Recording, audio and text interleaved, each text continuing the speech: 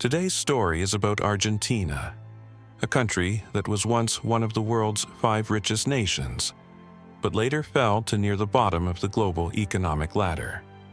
Now, it's a place where people live in constant fear of theft and crime. Yes, today's video is about Argentina. In February 2024, a shocking incident occurred.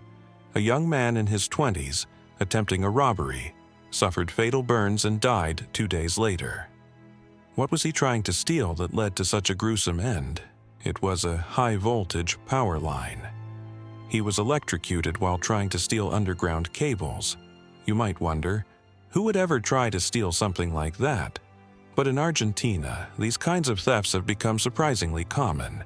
Not just high-voltage lines, but also electrical wires, transformers, water pipes, railway metal, street lights, even manhole covers.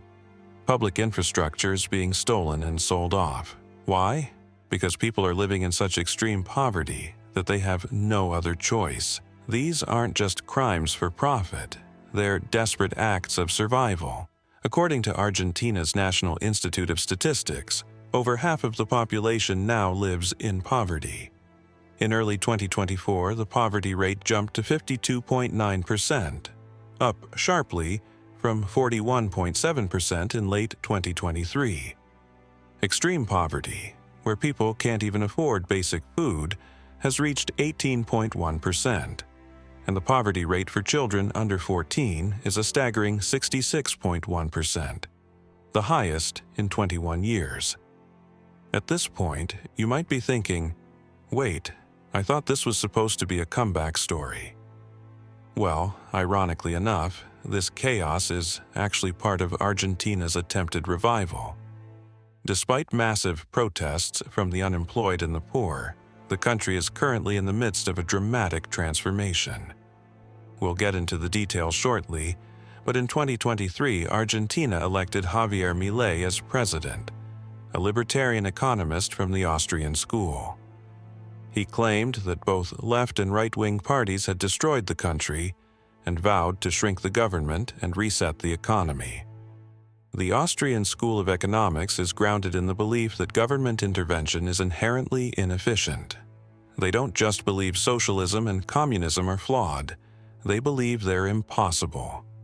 Any government involvement in the market is seen as a disruption, a delay to progress. To them, trying to engineer society through rational planning is arrogant and doomed to fail. Milei fully embraces this ideology. He's often described as an ultra-libertarian, an ultra-conservative, and a minimal statist. He's openly declared that abortion is murder, political correctness is trash, and climate change is a scam. Controversial as he may be, his election marked a turning point for Argentina, one some describe as a political earthquake. He froze pensions for retirees, cut off funding for public universities, slashed 1/3 of all government spending, and halted 90% of public projects. He shut down entire ministries he deemed unnecessary, and with them, laid off countless civil servants. He pushed to deregulate the labor market and accelerate privatization. He's even proposed abolishing the central bank and replacing the national currency with the US dollar, though those plans remain uncertain. So, what's happened since? Surprisingly, the economy is starting to recover. In January 2024, for the first time in decades, Argentina recorded a budget surplus. Inflation, once a national joke, is now under control. As foreign investors return and the stock market soars, even the IMF has acknowledged signs of recovery. Many economists believe Argentina is entering a period of real growth. But no policy comes without side effects. Drastic reform means short-term pain. The rise in poverty, extreme poverty, and unemployment are all painful costs of rebuilding a broken system. The question is, would you rather sink together slowly or suffer now and have a shot at long-term recovery? Either way, the burden is falling heavily on the poor and working class. To outsiders, Argentina might seem like just another failing economy. But as we've seen, it wasn't always like this. There was a time when Argentina stood among the top 5 wealthiest nations, right behind the UK, Germany, the US, and France. In fact, in France, the phrase "rich like an Argentine" was once commonly used. Argentina's economy has been a roller coaster. Located at the southern tip of South America, Argentina has a vast territory comparable to Brazil. And it's not just big, it's rich in natural resources. Argentina ranks 6th globally in potential mineral reserves, 3rd in South America for oil production, and 1st in natural gas output. Even today, agriculture, forestry, livestock, and fishing remain the country's primary export earners. Among its many natural blessings, the Pampas region stands out. This flat, fertile plain spans 750,000 square kilometers in central Argentina. Historically, it's been ideal for farming and ranching, making it the engine of the nation's golden age. From the late 19th to early 20th century, Argentina boomed. European immigrants flooded in, bringing labor and know-how. British capital funded infrastructure like railroads and ports. Wheat and beef exports soared. By the early 1900s, Argentina's per capita GDP rivaled Canada's and exceeded many European powers.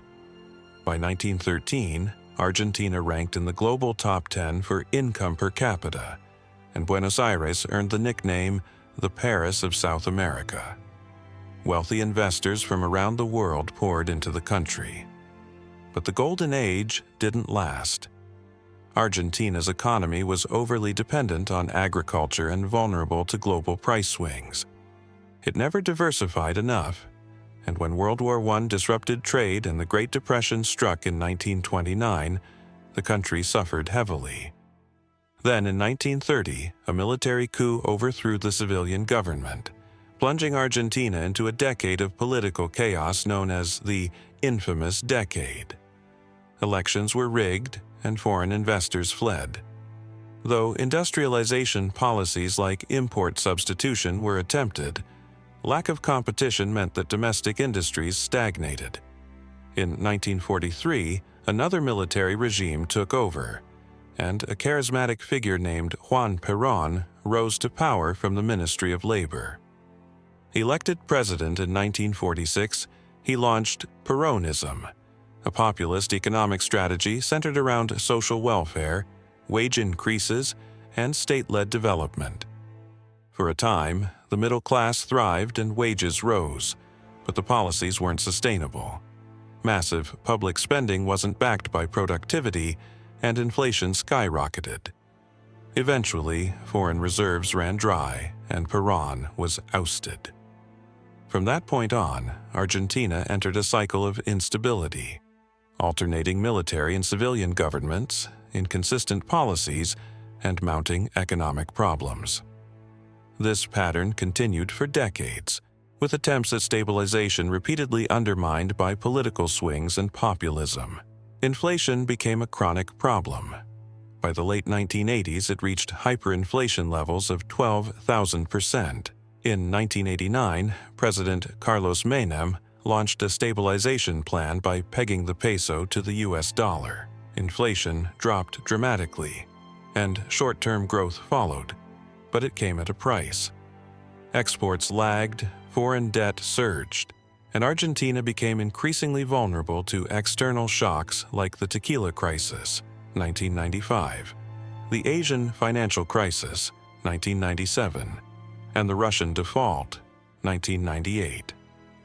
In 2001, Argentina defaulted. The government froze bank accounts under a policy known as El Corralito. Mass protests erupted. Poverty soared to 57.5%.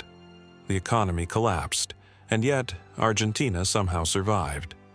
By 2003, with Chinese demand for raw materials surging, Argentina entered a new growth phase. Unemployment and poverty rates fell. But once again, the same problem emerged. No real industrial foundation. Without competitive domestic industries, the growth couldn't last. By 2011, strict currency controls had been implemented. A black market for US dollars flourished, and public confidence eroded. Under President Cristina Fernández de Kirchner, populist spending returned.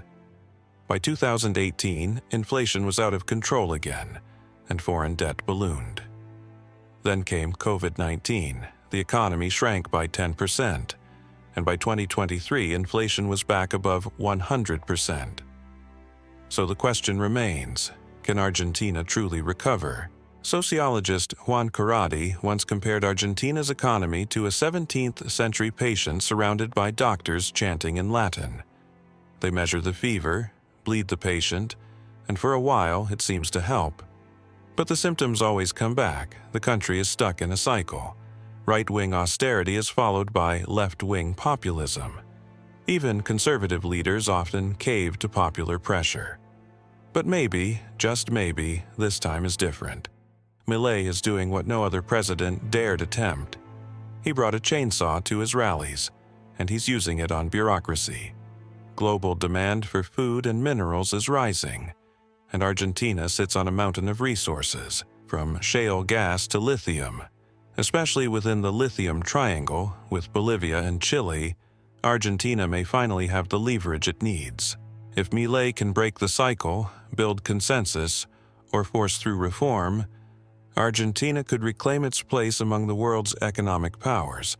But it's a long road ahead. Will Argentina rise again?